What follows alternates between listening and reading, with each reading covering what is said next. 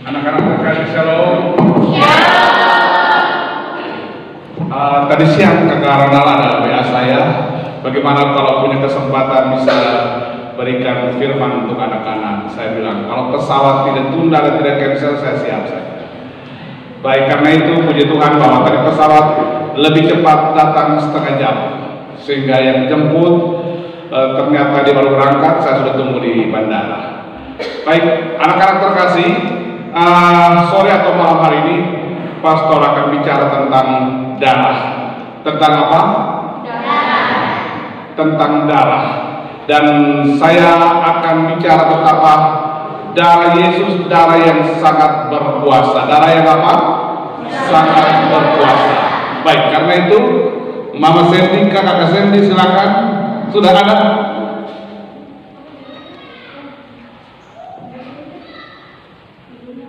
Hah? Sudah ada? Sudah ada? Dibebaskan dari itulah.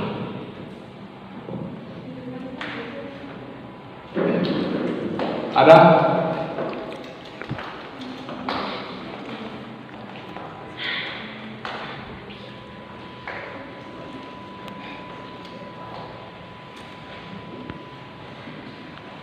Baik.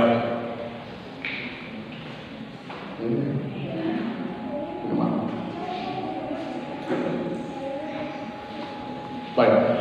Anak-anak terkasih, sebelum kita baca firman, ini ada sebuah cerita tentang seorang yang namanya Martha Robin. Namanya siapa? Martha Robin. Martha Robin ini kita lihat sejarahnya. Martha Robin lahir di Prancis tanggal 13 Maret. Tanggal 13 Maret. Martha Robin ketika dia lahir dan dia tumbuh besar menjadi anak-anak seperti kalian, dia rajin ikut misa, rajin sembahyang, rajin terima tubuh Yesus, rajin terima darah Yesus. Pada umur ke-25 tahun, Martha Robin ini lumpuh, tangan dan kakinya tidak bisa bergerak, lalu lehernya tidak bisa digerakkan, tulang belakangnya tidak bisa digerakkan, kerongkongannya tidak bisa berfungsi untuk makan. Maka Martha Robin tidak bisa makan, tidak bisa minum.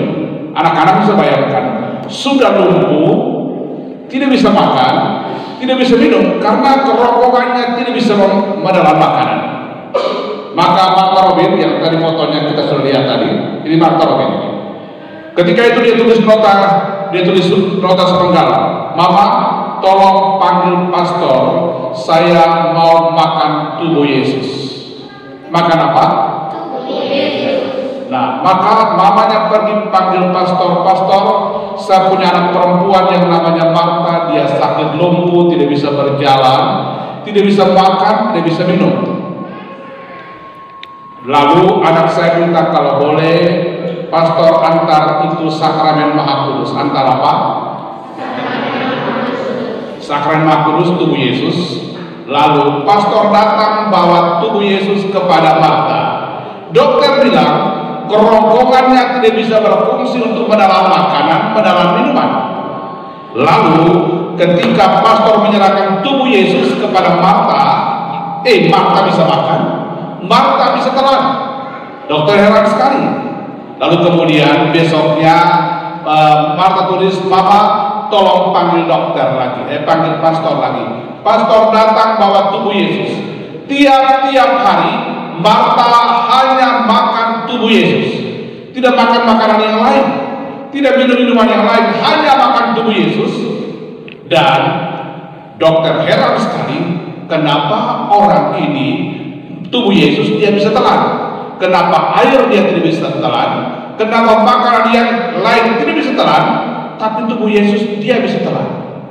Anak-anak, Martha Robin lumpuh selama 50 tahun. Berapa tahun? 50 tahun. Anak-anak umur berapa sekarang? Yang umur 12 tahun angkat tangan? 13 tahun? 14 tahun? 10 tahun? Baik. Semua kita semua masih muda. Martha Robin hidup 50 tahun. 50 tahun. Perhatikan baik-baik anak-anak. Dia hidup 50 tahun tidak makan, tidak minum, hanya makan tubuh Yesus. Perhatikan, hanya makan tubuh Yesus selama 50 tahun, Martha Robin bisa hidup. Anak-anak, kamu kalau tahan lapar berapa hari? Bisa 1 hari, bisa tidak? Bisa. 2 hari? 3 hari? 4 hari? Bisa. Bisa. Baik, Tuhan Yesus berpuasa di padang gunung berapa hari? 40 hari. Ya, Alkitab bilang Yesus berpuasa tidak makan berapa hari? 40 hari. Berarti Yesus tetap minum. Karena kalau Yesus tidak minum, maka Yesus tidak bisa kemudian bisa berpuasa selama 40 hari. Dia tidak makan, tapi dia bisa minum selama 40 hari sehingga dia bisa bertahan selama 40 hari. Martha Robin, dia bertahan hidup selama 50 tahun hanya karena makan tubuh Yesus. Hanya karena makan tubuh Yesus. Baik, sekarang kita lanjut.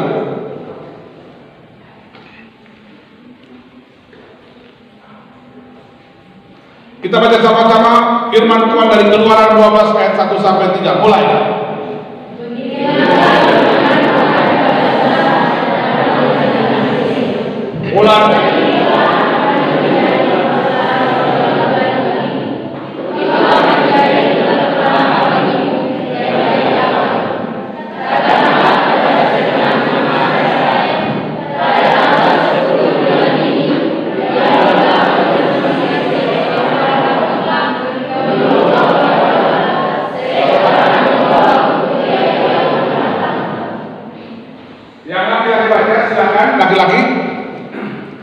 Yang laki-laki saja baca, silakan. Mulai. Tidak berdoa, berumur tetap. Kamu boleh ambil doa tetapi kamu harus minumnya sampai hari keempat. Lalu seluruh jemaat saya harus minumnya pada waktu siang. Perempuan lain.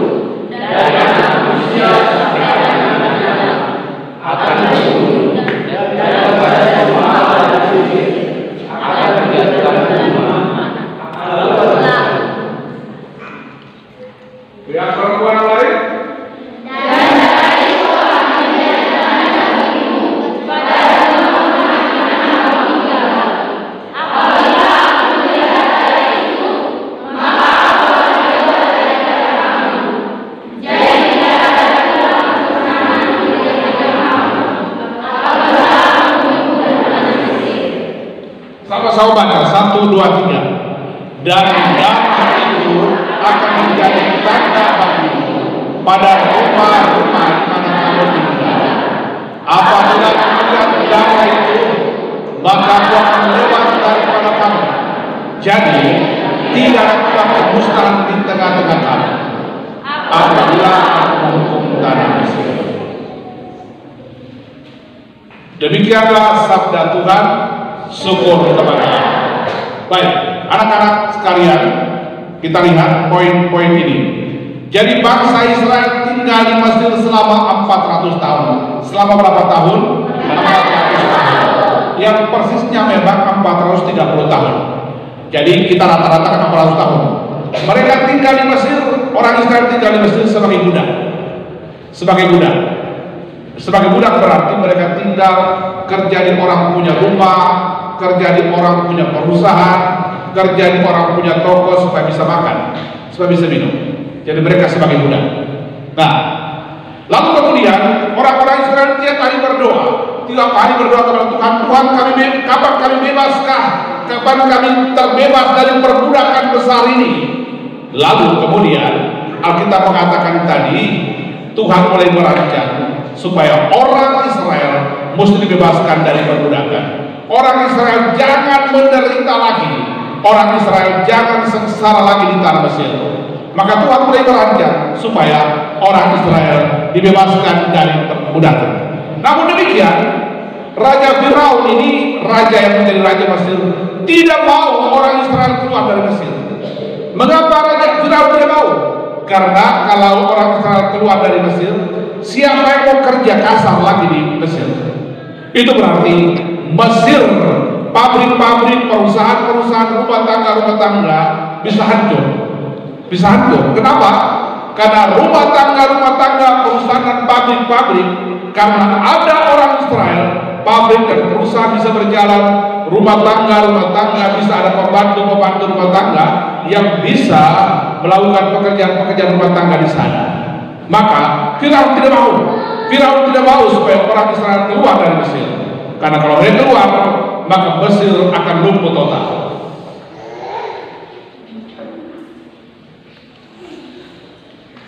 Maka Tuhan kirim seorang nabi namanya Nabi Musa. Tuhan bilang, Musa, pergi menghadap Firaun. Tugasmu menghadap Raja Firaun. Bilang kepada Raja Firaun supaya dia bebaskan orang-orang Israel keluar dari Mesir, lepaskan orang-orang Israel supaya mereka jangan jadi budak lagi di tanah Mesir. Jadi Nabi Musa yang datang, dia berulang-ulang kali bilang kepada Raja Mesir, Firaun, tolong bebaskan orang-orang Israel supaya mereka kembali ke negeri mereka, supaya mereka bisa beribadah, mereka bisa bersembahyang di sana. Tapi Firaun tidak mau. Firaun tetap tidak mau. Tuhan kirim lagi Musa, bilang kepada Firaun supaya Firaun bebaskan orang-orang Israel. Firaun tetap tidak mau. Nah, anak-anak, karena Firaun tidak mau, maka Tuhan kirim 10 tulah. Tuhan kirim berapa tulang? Anak-anak tahu 10 tulang? Tahu keset? Tidak tahu? Baik, nanti kita lihat. Baik, sekarang jadi Tuhan kecewa dengan Firaun. Tuhan sudah kirim Musa untuk bilang kepada Firaun, bebaskan orang-orang Israel. Firaun tetap tidak mau. Maka Tuhan bilang, kalau Firaun kepala batu, perhatikan baik-baik. Tuhan bilang, kalau Firaun tetap kepala batu, saya akan kirim kepada mereka 10 tulang. Supaya apa? Hati Firaun bisa luluh, supaya orang-orang Mesir bisa lunak, mengizinkan orang-orang Israel keluar dari Mesir. Baik, kita lihat 10 tulang. Jadi tiba-tiba air menjadi darah. Tiba-tiba air menjadi darah. Jadi sungai Nil terbesar di Mesir, sungai paling besar. Pastor sudah ke sana 2 kali. Kami berlayar sampai jauh ke 1 jam perjalanan di sungai Mesir. Jadi ketika Tuhan kirim tulah air menjadi darah, maka sungai Nil itu kemudian berubah menjadi darah. Air dalam rumah, air yang dipakai dalam kolam-kolam, semuanya menjadi darah. Perhatikan, tapi Firaun dan orang Mesir tetap kepala batu, tetap tidak mengizinkan orang-orang Israel keluar dari Mesir. Nah, tulah yang berikut yang di tulah katak. Tuhan kirim katak. Jadi di rumah-rumah orang Mesir penuh dengan katak. Di sekolah-sekolah penuh dengan katak.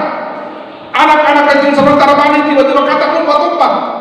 Anak-anak sementara makan di meja makan tiba-tiba katak lompat-lompat. Begitu. Anak-anak sementara tidur tiba-tiba katak lompat di atas tempat tidur. Jadi itulah katak Tuhan kirim kepada orang-orang Mesir. Orang-orang Mesir kemudian takut, tetapi mereka tidak mau takut. Mereka tetap keras kepala. Perhatikan, Tuhan kirim nyamuk. Anak-anak Tuhan kirim nyamuk. Jadi nyamuk yang ada di kamar ini sedikit saja, cuma 1-2 buah saja, 1-2 ekor saja. Nyamuk di dalam punya kamar itu cuma 1-2 ekor.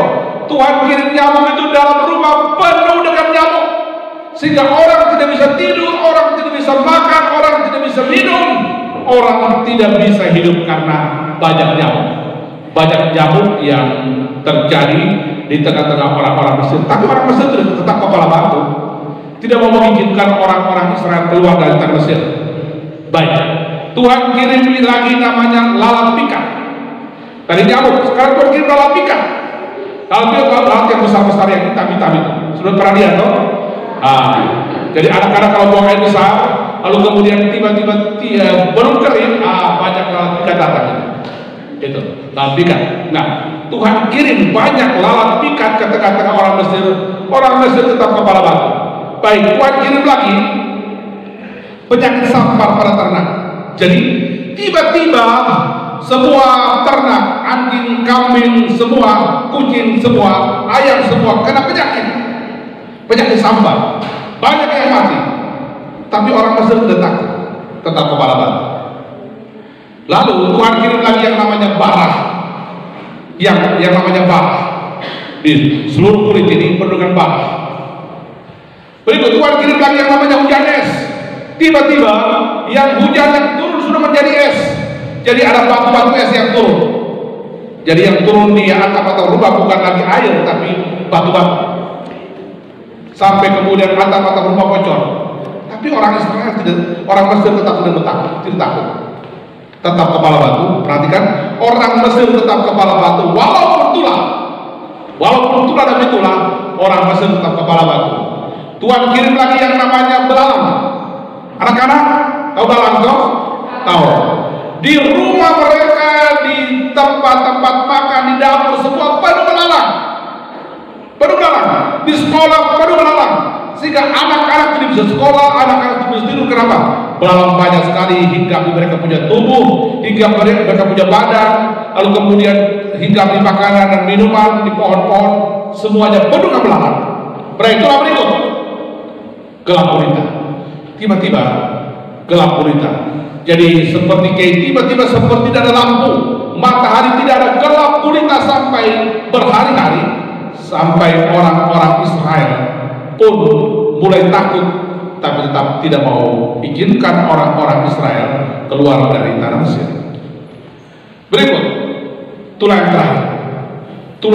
yang terakhir, yakni kematian anak sulung. Jadi anak sulung baik manusia, jadi anak-anak sulung. Nona anak keberapa?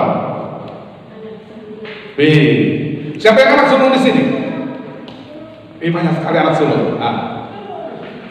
Alkitab mengatakan begini, ketika di zaman Musa, anak-anak sulung di Mesir, ditulahi oleh Allah, sehingga anak-anak sulung di Mesir itu mati. Anak sulung di Mesir mati. Nah, saudara, anak-anak di Mesir, di kota di daerah Mesir, hari-hari itu penuh dengan tangis dan air mata. Kenapa? Hampir setiap rumah ada orang mati. Kenapa? Anak sulung mereka mati. Bukan cuma manusia, tetapi hewan, kambing, binatang, semuanya yang namanya sulung itu mati. Baik. Tetapi tadi kita baca Alkitab bilang begini. Jadi sekarang kita lihat air menjadi darah. Kabar air menjadi darah. Adik-adik bisa bayangkan air menjadi darah. Laut itu menjadi darah. Bara. Jadi orang-orang punya kulit kena seperti lepra, seperti kusta ini. Belalang. Lalu kemudian tulah belalang lagi. Pembunuhan anak-anak sulung Mesir. Adik-adik terkasih, jadi sebelum tulah ke-10, sebelum pembunuhan anak-anak sulung Mesir, tadi kita baca firman, Tuhan bilang kepada Musa, buat Paskah, buat dulu perayaan Paskah. Tuhan bilang kepada Musa, buat dulu perayaan Paskah, karena kalau kamu sudah buat perayaan Paskah, maka tulah ke-10 akan turun membunuh anak-anak Mesir. Tapi Tuhan bilang kepada Musa, bilang kepada orang-orang Israel, siapkan seekor domba, siapkan seekor, kalau tidak domba, siapkan seekor kambing. Tuhan bilang kepada Musa. Lalu Musa bilang kepada orang-orang Israel, Tuhan bilang begini, domba itu mesti disembelih, lalu kemudian dibakar dagingnya. Tuhan bilang, domba itu disembelih, dibakar dagingnya, makan dagingnya.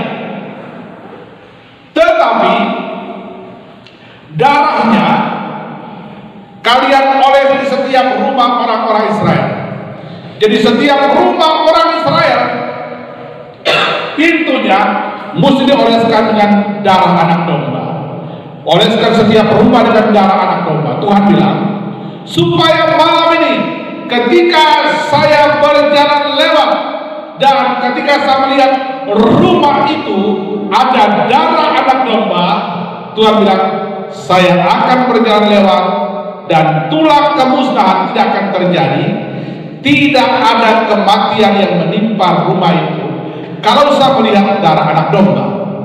Nah, Alkitab tadi kita dengar macam sama-sama bahwa ketika itu Tuhan turun dan Tuhan mulai menjelajahi seluruh daerah Mesir. Ketika dia lihat, oh, rumah itu tidak ada darah anak domba, maka malaikat datang dan bunuh anak sulung Mesir. Ketika dia berjalan ke rumah sebelah, oh, tidak ada darah anak domba, malaikat datang dan bunuh anak sulung Mesir. Ketika dia berjalan lagi sampai di saksi, oh, ada darah anak domba, Tuhan bilang, lewat. Kenapa? Karena ada darah anak domba. Tidak ada kematian menimpa anak-anak sulung Mesir. Lalu kemudian Tuhan berjalan lagi, oh, tidak ada darah anak domba, maka anak sulung di sana mati. Baik, jadi anak-anak, kematian anak sulung Mesir terjadi oleh karena ketika Tuhan berjalan lewat, Tuhan melihat di rumah itu tidak ada darah anak domba, maka Tuhan ketika itu menjatuhkan tulang kemusnahan kepada rumah-rumah, kepada keluarga-keluarga yang tidak ada darah anak domba. Kita lihat selanjutnya.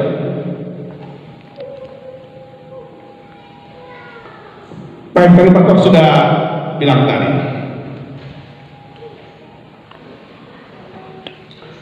Jadi Tuhan menegaskan begini, Tuhan menegaskan anak-anak, darah domba itu harus dioleskan di setiap depan rumah, tiang dan ambang sebagai tanda untuk melihat Tuhan yang akan berjalan malam itu.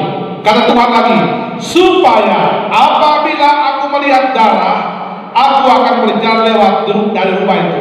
Maka rumah, Tuhan bilang, maka rumah yang ada darah anak domba terbebas dari tulang kemusnahan. Kita baca sama-sama 1, 2, 3.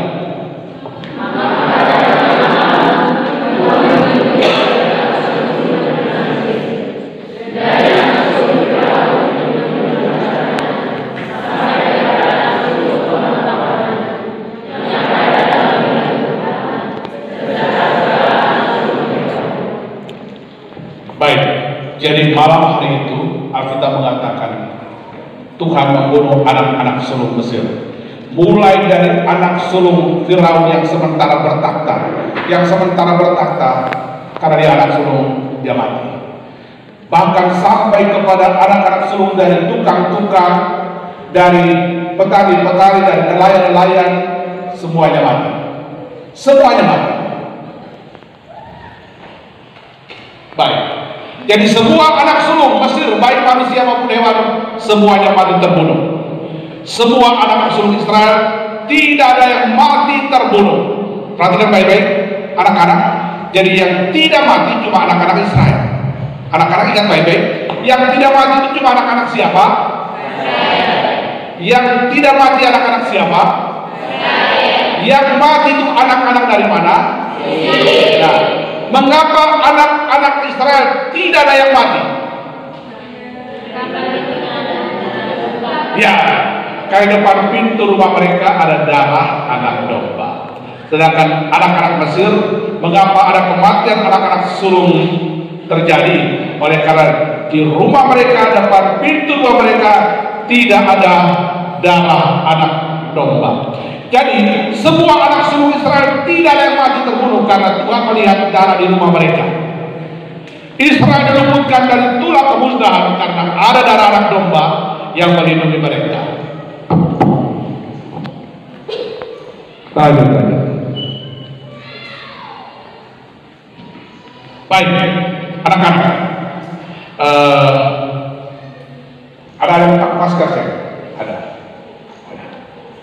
Kita anak-anak sementara kita menghadapi sebuah wabah yang sementara melanda dunia, dari Indonesia sampai di Afrika, sampai di Eropa, sampai di mana-mana. Wabah besar namanya virus corona. Virus corona, perhatikan virus corona. Virus corona itu penyakit yang sangat mematikan yang sementara melanda dunia ini. Anak-anak terkasih, saya ketika tempat-tempat ibadat lain ditutup untuk tidak boleh misa, tidak boleh sembahyang, saya punya kapel adorasi di Ambon tetap buka. Mulanya cuma 4 orang misa, lama-kelamaan dia naik 10 orang, lama-lama kemudian 20 orang, bahkan sampai sekarang 60 orang. Bahkan yang menarik, kami kurang lebih 3 minggu berturut-turut ini, saudara-saudara kami dari gereja Protestan kurang lebih 20 orang itu bergabung. Mereka ikut novena Pentakosta, minggu lalu mereka ikut novena tubuh dan darah Kristus, dan sekarang mereka ikut Triduum Hati Kudus Yesus, dan di bulan Juli mereka ikut juga novena darah anak domba. Mereka ikut novena darah anak domba. Mereka ikut sama-sama. Kenapa mereka ikut sama-sama? Saya bilang kepada mereka, saya bilang kepada orang-orang Katolik bahwa kalau tiap-tiap hari kita buat misa, tiap-tiap hari kita makan tubuh Tuhan, minum darah Tuhan, ingat baik-baik, Tuhan dari surga dia lihat, oh, Ronald Ketol ada darah anak domba. Tuhan bilang kita lewat, segala tulah kemusnah, segala virus corona. Tuhan bilang begitu. Maka saya bilang kepada orang-orang, tiap-tiap kali kita makan tubuh Tuhan, kita minum darah Tuhan, maka Tuhan akan berjalan lewat, karena Tuhan tahu di tubuh kita, di diri kita ada darah anak domba, maka tidak akan terjadi yang namanya tulah atau virus apapun yang menimpa kita. Kartu anak-anak, ingat baik-baik, pastor bilang ini, supaya kalian, kalau kalian yang Katolik rajin ikut misa, entah misa di gereja kalian masing-masing, atau misa ketika ada bisa di kapel di sini, ikut misa. Kenapa? Karena ketika Tuhan melihat darah anak domba, Tuhan berjalan lewat, tidak ada tulah kemusnahan. Amin. Tidak ada tulah kebinasaan. Berikut, teman-teman dan saudara-saudaraku, anak-anakku yang dari gereja Protestan, di sana juga ada perjamuan. Ada perjamuan yang kalian punya. Di sana ada juga darah anak domba. Itu ketika perayaan perjamuan diadakan, ikutilah perayaan itu dan izinkan darah anak domba kemudian masuk dalam dirimu, masuk dalam tubuhmu. Dan Alkitab tadi mengatakan, ketika aku melihat darah, aku akan berjalan lewat, dan tulah kemusnahan tidak akan terjadi pada kalian. Tulah kemusnahan tidak akan terjadi pada kalian. Maka mari kita bersyukur bahwa Tuhan berikan kepada kita darah anak domba yang luar biasa, yang tiap-tiap hari kita rayakan dalam misa, dalam Ekaristi. Kita lanjut. Anak-anak, ada begitu banyak tulah yang menimpa manusia zaman ini. Tulah sakit penyakit, tulah corona, tulah kemiskinan, tulah kemiskinan. Mau beli pulsa saya ada uang, ini tulah kemiskinan. Tulah kebangkrutan, tulah kegagalan, gagal terus, tulah kemelaratan. Ingat baik-baik, malam ini Alkitab mengatakan Tuhan mau bebaskan kita semua dari tulah-tulah seperti itu. Apapun tulah yang menimpa kita, Tuhan mau bebaskan kita dari tulah-tulah itu.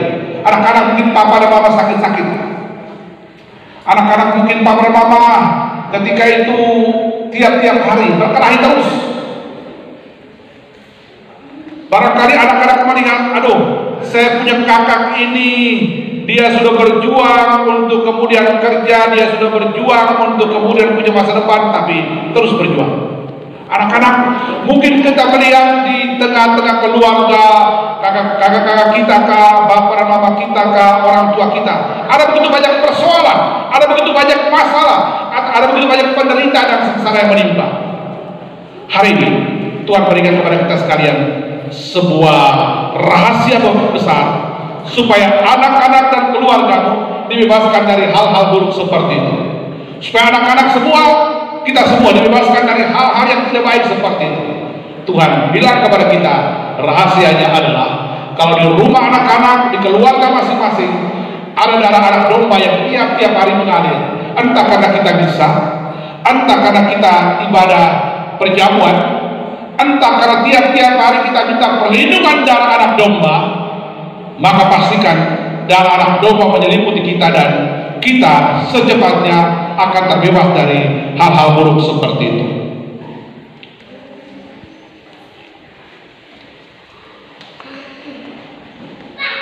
Baik, Tuhan ingin bebaskan kita dari segala tulah, termasuk tulah kemusnahan. Bagian kita adalah oleskan darah anak domba di setiap area kehidupan kita.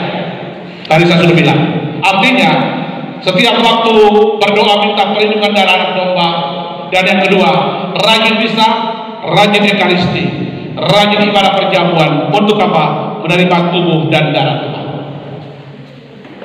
Baik, anak-anak Israel, jadikan baik-baik. Darah anak domba yang dipakai Israel itu darah binatang. Darah binatang saja. Darah domba, darah binatang saja. Darah binatang. Tapi betapa Tuhan pakai darah binatang itu, darah yang luar biasa, yang bisa bebaskan orang Israel dari perbudakan Mesir. Oleh darah binatang itu Alkitab mengatakan orang-orang Israel bisa keluar dari tanah Mesir melewati Laut Merah. Jalan yang kering Laut Merah, orang-orang Israel bisa lewat. Bahkan mereka bisa sampai di tanah terjanji setelah berjalan selama 40 tahun lamanya. Selama 40 tahun lamanya mereka bisa sampai ke tanah terjanji dan masuk di tanah terjanji. Itu hanya karena darah anak domba. Itu hanya karena darah anak domba. Maka itu yang hari ini, malam ini, pastor suka bilang kepada kita sekalian, supaya apa?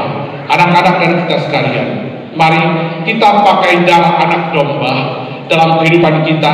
Untuk apa? Untuk menjadi perlindungan dan penjagaan, untuk menjadi kekuatan dan untuk menjadi senjata dalam kehidupan kita. Jadi, kalau darah anak domba yang adalah darah binatang saja bisa menyelamatkan Israel, apalagi darah domba yang sebenarnya, yakni darah anak domba lah, yakni darah Yesus. Nah, karena itu kita akan lihat sama-sama. Pada 1 Petrus bab 1 ayat 18 sampai 19 mulai. Sebab ulang 1, 2, 3.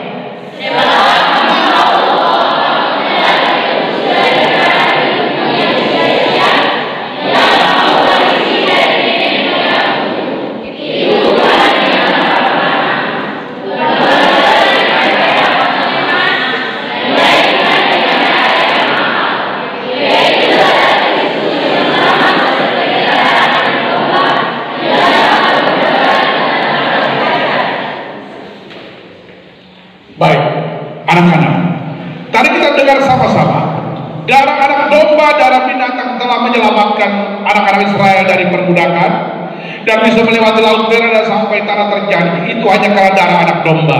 Hanya karena darah anak domba, orang-orang Israel diluputkan dari tulah kemusnahan, tulah kebinasaan.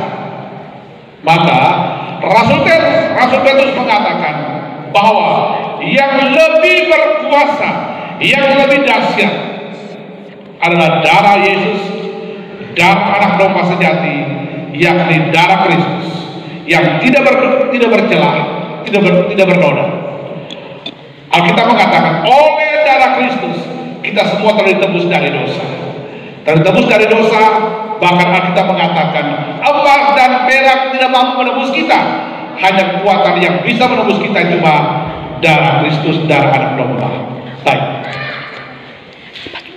Jadi ini paus sementara buat misa, karena ingat baik-baik, pada waktu gereja buat misa, entah pauskah, entah uskupkah, entah pastorkah, darah anak domba yang bertakhta di surga, bertakhta di bumi. Perhatikan anak-anak, ketika Bapak pauskah, Bapak uskupkah, Bapak pastor pimpin misa, dia ucapkan kata-kata konsekrasi pada waktu misa.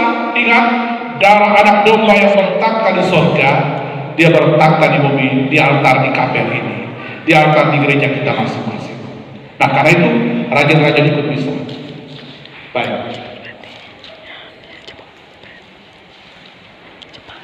Pastor Centra ini namanya segitiga Bermuda. Itu malah dia punya yang inframerah. Oh salah.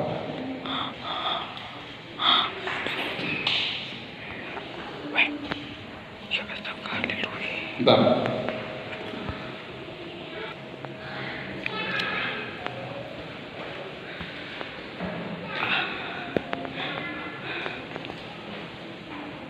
Baik, anak-anak, saya tahu pakai yang ini nih. Namanya segitiga Bermuda. Namanya apa? Segitiga Bermuda. Itu lautan yang paling ganas di dunia. Lautan yang paling apa? Paling ganas. Berapa? Pesawat-pesawat yang terbang abad lalu kemudian sampai 1930, 40, 50 pesawat yang terbang terhisap masuk dalam lautan. Jadi tidak ada pesawat yang kemudian luput ketika terbang di atas. Kapal-kapal yang berlayar, kapal-kapal sebesar apapun ketika lewat lautan itu terhisap masuk tenggelam. Jadi tidak ada kapal yang selamat ketika berlayar di segitiga Bermuda. Mengapa disebut segitiga Bermuda? Karena ujungnya, satu bagian ujung itu ada di Florida di Amerika, di Miami. Satu bagian ujungnya itu ada di Inggris Raya. Satu bagian ujungnya itu di Puerto Rico, San Juan. Nah, segitiga ini itu Inkes, mana ada punya ini? Merah di mana? Darah kan? Akan merah dari keluar darah. Mana? Oh, ada inframerahnya kan?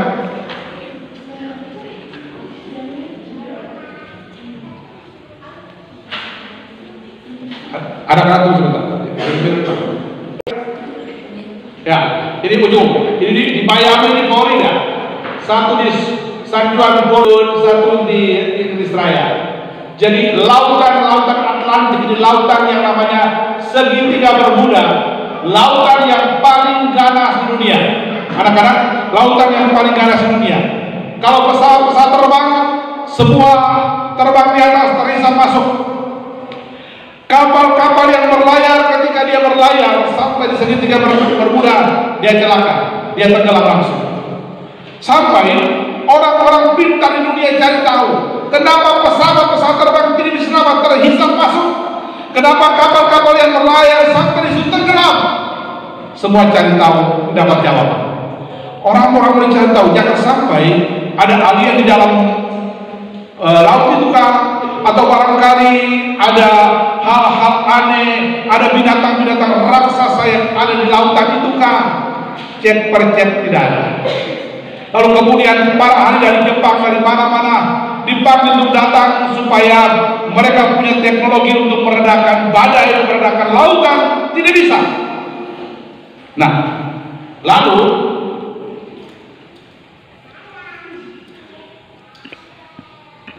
para uskup di Amerika mulai mengadakan studi. Ketika mereka mengadakan studinya begini. Oh, lautan ini pada abad lalu diarungi oleh kapal-kapal besar dari Afrika. Mereka tahu jangan kapal ini, lautan ini dulu abad lalu kapal-kapal dari Afrika bisa berlayar, ke Eropa, ke Amerika bisa berlayar. Bisa, abad lalu bisa. Tapi sekarang kenapa tidak bisa? Nah, anak-anak, ketika mereka mulai cari tahu, harus menemukan bahwa ternyata kapal-kapal yang berlayar dari Afrika ke Eropa, ke Amerika, ketika mereka berlayar, mereka ambil budak-budak dari Afrika. Untuk apa? Dijual ke Eropa, dijual ke Amerika. Pada waktu berjalan berbulan-bulan, banyak orang-orang Afrika yang adalah budak, mereka sudah mati di kapal. Sampai di lautan Atlantik di segitiga Bermuda, sampai di sini, mereka buang mayat-mayat itu. Jadi yang dibuang, mayat-mayat yang dibuang itu bukan puluhan, bukan cuma ratusan, bukan cuma ribuan, tapi jutaan mayat yang dibuang di sini. Maka para uskup punya kesimpulan, oh berarti ada jutaan-jutaan arwah yang ketika mereka meninggal sia-sia. Mereka tidak siap untuk meninggal. Mereka meninggal dalam persekutan. Mereka meninggal dalam amarah dan sakit hati karena dijadikan budak. Maka apa yang dibuat oleh para skup dan para rohaniwan, mereka bawa satu kapal, mereka naik satu kapal, mereka sampai di pinggiran sini, mereka buat misa. Mereka buat misa, angkat tubuh Tuhan, angkat darah Tuhan, memberkati laut itu. Mereka angkat tubuh Tuhan, angkat darah Tuhan, mendoakan arwah-arwah yang meninggal dan dibuang di situ. Selesai misa, mereka pulang. Itu sekitar tahun 1960-an. Itu. Ketika mereka pulang dari misa, laut itu tidak kemudian membahayakan lagi. Sampai sekarang kapal-kapal boleh lewat. Sampai sekarang pesawat boleh terbang di atas. Tidak apa-apa lagi. Kenapa? Karena laut itu segitiga bermuda, tidak membahayakan lagi. Sehingga orang boleh berlayar dengan aman, pesawat-pesawat boleh terbang dengan aman, karena tidak lagi mendatangkan bahaya dan malapetaka bagi sarana transportasi baik laut maupun udara. Saudara, anak-anak, kenapa? Karena gereja, hamba-hamba Tuhan telah melakukan apa yang Yesus buat 2000 tahun lalu. Mereka rayakan Ekaristi, memberkati laut itu dengan darah anak domba. Mereka memberkati laut itu dengan tubuh anak domba, dengan darah anak domba. Lalu kemudian mereka mendoakan arwah-arwah yang telah meninggal itu dengan darah anak domba. Maka setelah itu laut itu menjadi teduh sampai hari ini, sehingga kapal-kapal boleh berjalan dengan aman, pesawat-pesawat boleh terbang dengan aman. Oleh karena apa? Oleh karena kekuatan darah anak domba. Sampai pemerintah Amerika heran, kok bisa ya? Kok bisa? Kok bisa hanya dengan kekuatan darah anak domba? Kok bisa ya? Hanya dengan sebuah perayaan Ekaristi, kok bisa ya terjadi bahwa badai ini, lautan ini tidak menjadi ganas lagi seperti dahulu kan? Anak-anak, rahasianya adalah karena darah anak domba. Karena apa? Rahasianya karena apa? Karena itu anak-anak kita bersyukur bahwa Tuhan Yesus berikan kepada kita kekuatan kuasa luar biasa yang dari darah anak domba. Darah anak domba. Anak-anak, ada yang belum sambut baru? Ada yang belum sambut baru kah? Ada. Coba yang belum sambut baru? Yang belum sambut baru, yang belum terima komuni, berapa orang? Oh pasti berapa orang yang belum terima komuni? Tidak apa-apa, nanti bilang sama mama supaya kalau boleh setiap tahun depan kah, tahun ini kah, boleh sambut baru ya, terima komuni, supaya ketika kamu terima komuni, anak-anak terima darah anak domba. Ketika anak-anak terima komuni, anak-anak terima anak domba, darah anak domba.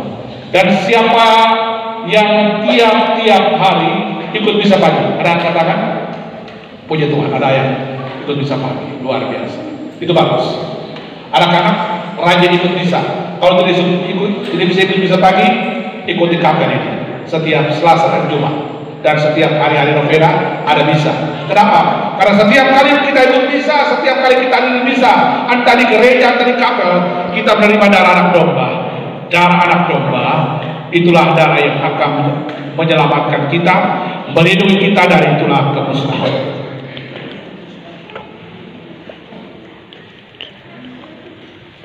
Baik, kita baca sama-sama. Saudara-saudari, ingat Tuhan bersabda, sama-sama 1, 2, 3. Apabila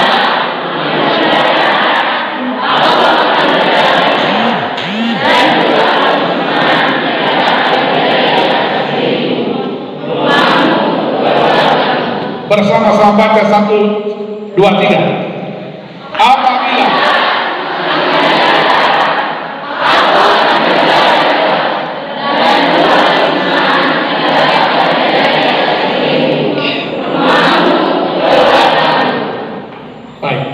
Tuhan bilang, apabila aku melihat darah, Tuhan bilang, aku akan berjalan lewat, dan tulang kemusnahan tidak akan terjadi pada anak-anak, tidak akan terjadi pada papa dan mama, virus corona tidak akan menimpa kita, dan virus lain tidak akan menyerang kita ketika Tuhan tahu di tubuh kita, diri kita ada darah anak domba.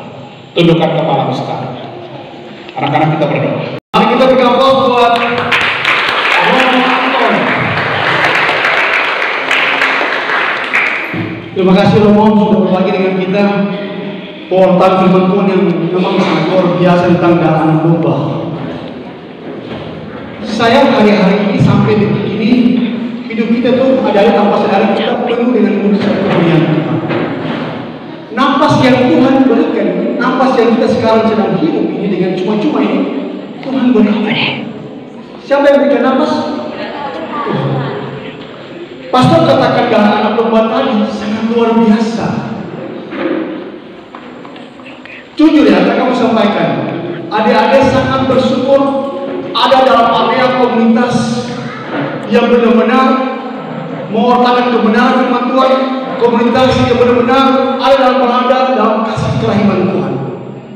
Kakak Ronald dulu waktu belum bergabung dengan komunitas di Kapel bersama-sama dengan kakak Jerry, Coach Charles dan Cindy, dengan Cindy dan kakak lain, itu memang kakak Ronald hidup dengan apa? Hidup sia-sia. Hidup sia-sia berarti tidak setia dengan Tuhan, hidup menduakan Tuhan. Kakak Ronald sangat bersyukur sekali ada dalam komunitas ini. Diajarkan banyak hal oleh Pastor Anton tentang hidup benar dan kebenaran firman Tuhan.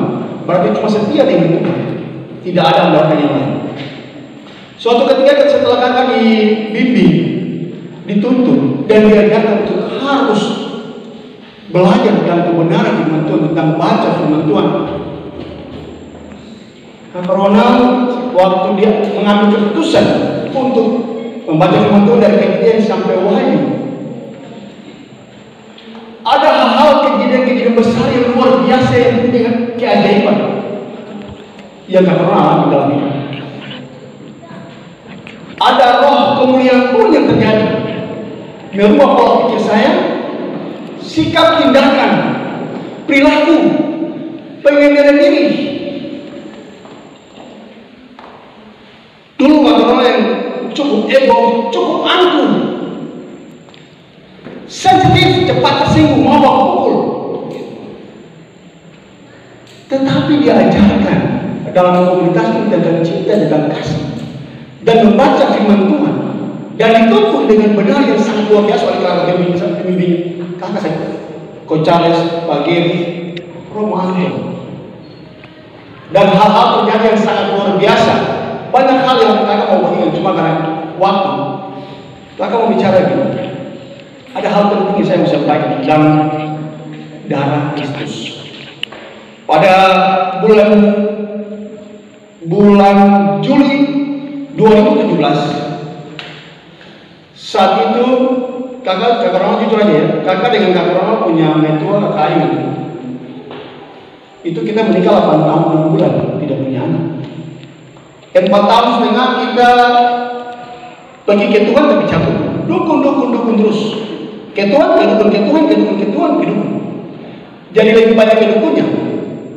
Sampai habis-habisan, darah pun mengeluarkan, uang pun habis-habisan. Tetapi apa? Tidak bisa. Kakak ikut seminar hidup baru dalam keputusan cuma fokus dengan Yesus, tidak mau yang lain. Kakak buat adat segala macam adat, pilih ngani gula, dia semua cara buat. Karena memang adat tidak bisa menyelamatkan, yang bisa menyelamatkan itu siapa? Tuhan Yesus. Ya, lalu kayak hari lagi menangis. Menangis kenapa? Anak-anak kayak saat ini ditipu oleh iblis yang datang dari lalu. Amin. Amin.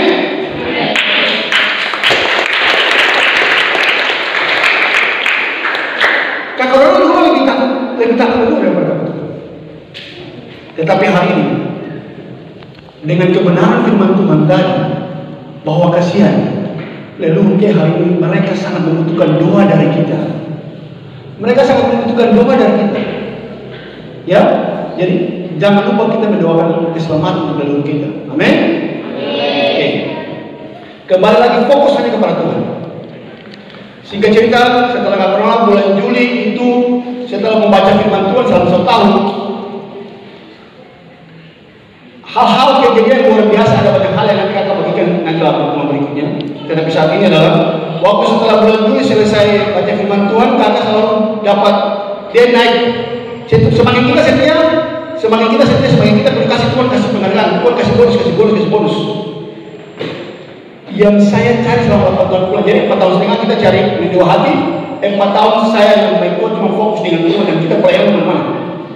Pelayanan kekuatan tentang difusi keren lain, leading gate, begitu pun ikut juga pelayanan di tempat ini, ya sekolah-sekolah juga. Nah, selama 4 tahun itu saya itu masa pemurnian yang luar biasa. 8 tahun setengah itu bukan hal yang biasa. Dan waktu setelah membaca firman Tuhan selesai pada bulan Juli dan kejadian Februari, saya dengan istri pergi yang ketiga kali ke dokter untuk periksa. Pergi periksa di bulan Juli ke dokter bilang, Rona dan Ayu susah baru punya anak. 3 kali susah baru punya anak. Dan jangan sibuk. Sedangkan saat itu saya lagi sedang menjabat sebagai pejabat kepala Hui Muhammadiyah. Istri saya menjadi ketua PKK Hui Muhammadiyah, dan juga kebetulan saya juga pejabat struktural yang ada di Kecamatan Mejen. Istri saya sebagai ketua PKK Kecamatan, kita pelayanan keliling kecamatan.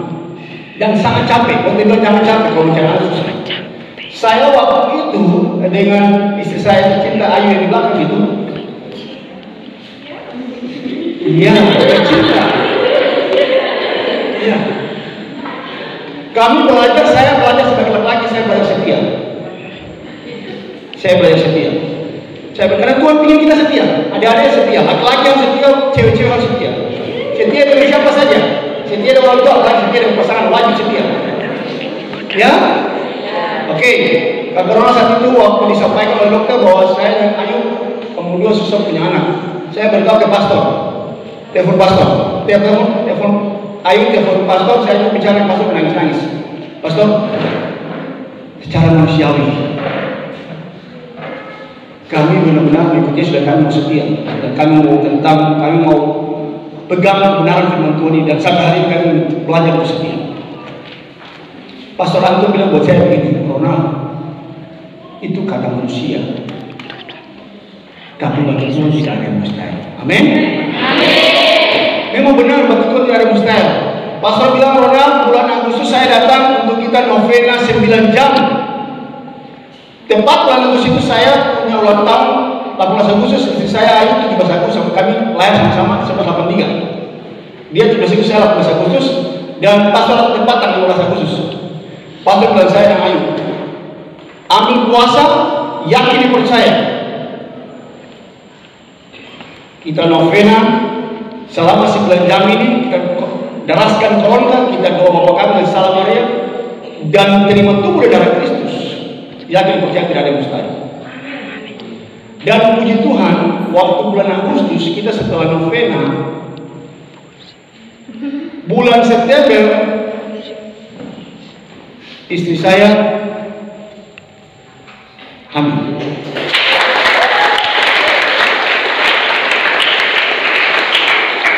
Waktu kita ke dokter acting, dokter itu dokter paling ahli anak di KI, sudah berpuluh-puluh tahun. Dia punya alat semua canggih. Datang periksa, dia tanya saya dan Ayu, kira-kira minum obat apa ini? Saya dan Ayu bilang, kita tidak minum obat apa-apa. Dan memang kita waktu itu sudah rencana dengan sama-sama dokter-dokter saran saya untuk pergi periksa di Surabaya, dan harus ikut program bayi tabung itu harus kredit. Saya ambil kredit kan biasa 100 juta. 70% tidak jadi, 30% bisa jadi. Dan kami rencana bulan Desember, tapi bulan Agustus kita yang novena dalam bimbingan dengan Pastor Anton, dan makan itu bulan darah Kristus tadi. Bulan Agustus, bulan September istri saya hamil, dan dokter memang bilang bahwa ini memang cuma kami mujizat kelahiran Tuhan. Amin. Pokoknya itu adik-adik, anak-anak muda yang dekat dengan Tuhan pasti berhasil. Amin. Anak-anak muda yang dekat dengan Tuhan dipenuhi dengan penghargaan, dipenuhi dengan kasih sayang. Amin. Ya, dalam Amsal 3 ayat 3 mengatakan begini.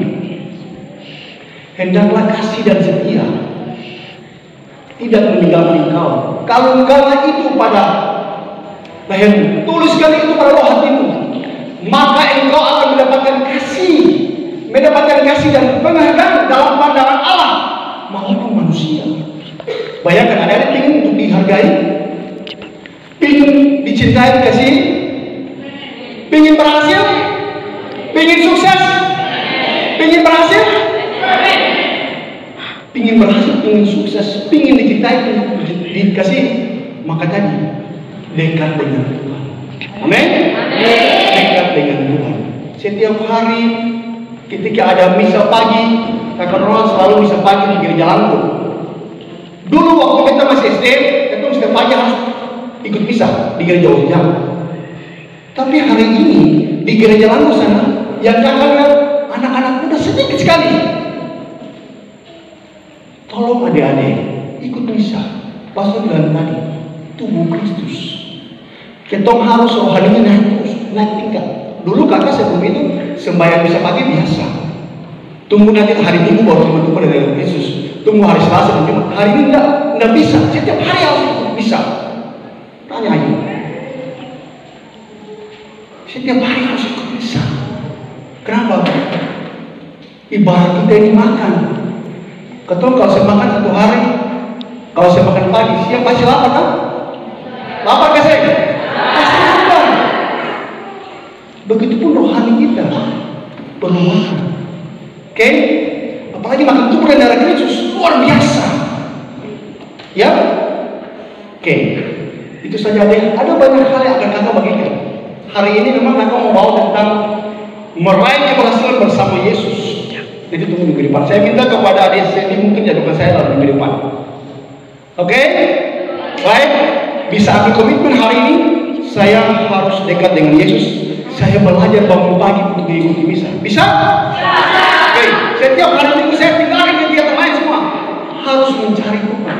Amin. Karena orang anak-anak pun ada dengan Tuhan dipastikan penuh dengan penghargaan, dipenuhi dengan kasih sayang. Amin. Amin. Oke. Mari kita berikan aplaus buat kita semua.